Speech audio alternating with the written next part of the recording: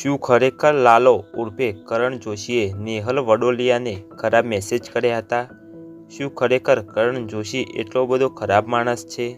ચાલો જાણીએ આ વિડીયોમાં। જય માતાજી મિત્રો, સોશિયલ મીડિયામાં થોડા સમયથી લાલો ફિલ્મના એક્ટર લાલભાઈ ઉર્ફે કરણ જોશી ઉપર એક છોકરીએ ઘણા આક્ષેપો નાખ્યા છે। ઓટીટી પ્લેટફોર્મ પર બોલ્ડ સીનમાં ભૂમિકા ભજવતી નેહલ વડોલિયાએ કરણ જોશી દ્વારા ઇન્સ્ટાગ્રામના એવા મેસેજ જે જોતા આપણને શરમ આવી જાય। આ મેસેજથી લોકોને ખૂબ જ ગુસ્સો આવ્યો છે અને લાલભાઈને લોકો ઘણો ખરાબ અને નીચ માણસ બોલાવવા લાગી રહ્યા છે। આ બાબતથી કંટાળીને લાલભાઈ ઉર્ફે કરણ જોશીએ એક વિડીયો અપલોડ કર્યો છે અને જણાવ્યું છે કે આ ચેટ 5 મહિના જૂના છે, જ્યારે મારું એકાઉન્ટ હેક થઈ ગયું હતું। નમસ્કાર મિત્રો, હું કરણ જોશી। છેલ્લા 2 દિવસથી ઘણા બધા હિતેચ્છુઓના મને મેસેજીસ આવે છે કે ભાઈ, અમે જાણીએ છીએ તું સાચો છે અને અમે બધા જ તારી સાથે છીએ। એટલે જ હવે જે સાચી અને આખી વાત છે એ જ હું તમને કહી દઉં। તો પહેલાં તો જે આ ઘટના છે એ 5 મહિના જૂની છે, જાન્યુઆરી મહિનાની છે, જ્યારે મારું અકાઉન્ટ છે ને હેક થયું હતું। ત્યારે મારા અકાઉન્ટમાંથી ઘણા બધા લોકોને મેસેજીસ ગયા હતા, મારા મિત્રોને પણ ગયા હતા। કોઈની સાથે પૈસાની માંગણી થઈ હતી, કોઈની સાથે કામ રિલેટેડ વાતો થઈ હતી અને કોઈને અયોગ્ય મેસેજીસ થઈ ગયા હતા। હવે આ સંબંધિત બેનને પણ અયોગ્ય મેસેજીસ ગયા હતા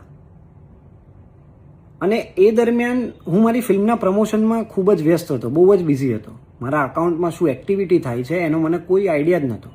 પણ જે મિત્રોને મારા અકાઉન્ટમાંથી મેસેજીસ ગયા એ મિત્રોએ મને કહ્યું કે ભાઈ, તારામાંથી કેમ આવા મેસેજો આવે? ત્યારે મને ખબર પડી, એ લોકોએ મને ઇન્ફોર્મ કર્યું ત્યારે મને ખબર પડી કે મારું અકાઉન્ટ હેક થયું છે અને મેં ત્યારે જ એ જ સમયે તાત્કાલિક ધોરણે મારા ઇન્સ્ટાગ્રામ પેજ ઉપર આ માહિતી જાહેરમાં શેર કરી કે ભાઈ, મારું અકાઉન્ટ હેક થયું છે। તો કોઈ પણ મેસેજીસ આવે, કોઈ પણ પૈસાની વાત હોય, કામ રિલેટેડ વાત હોય તો એ રિસ્પોન્ડ ના કરવો જ્યાં સુધી હું રિકવર ના કરું ત્યાં સુધી। હવે આ સંબંધિત બેને પણ સ્પષ્ટ રીતે કહી દીધું હતું ત્યારે કે આ જે મામલો થયો એમાં મારી કોઈ વ્યક્તિગત સંડોવણી હતી જ નહીં। આ જે થયું છે એ હેકિંગના કારણે જ થયું છે।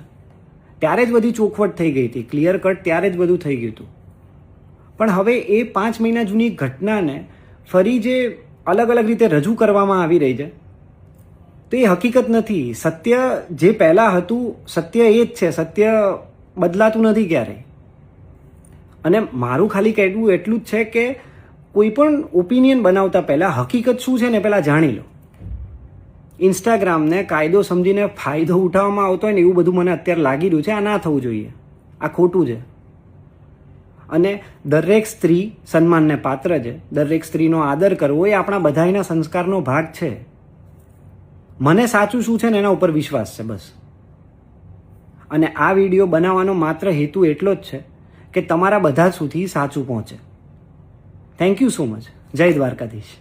તમારા મત પ્રમાણે શું ખરેખર લાલભાઈ સાચા છે અને તેમને બદનામ કરવા આવા વિડીયો બનાવી રહ્યા છે? તમારા મતે કોણ સાચું છે એ કોમેન્ટ કરીને જરૂર જણાવજો। જો તમે ચેનલ પર નવા હોય તો વિડીયોને લાઈક કરી વધુમાં વધુ શેર કરજો। જય માતાજી।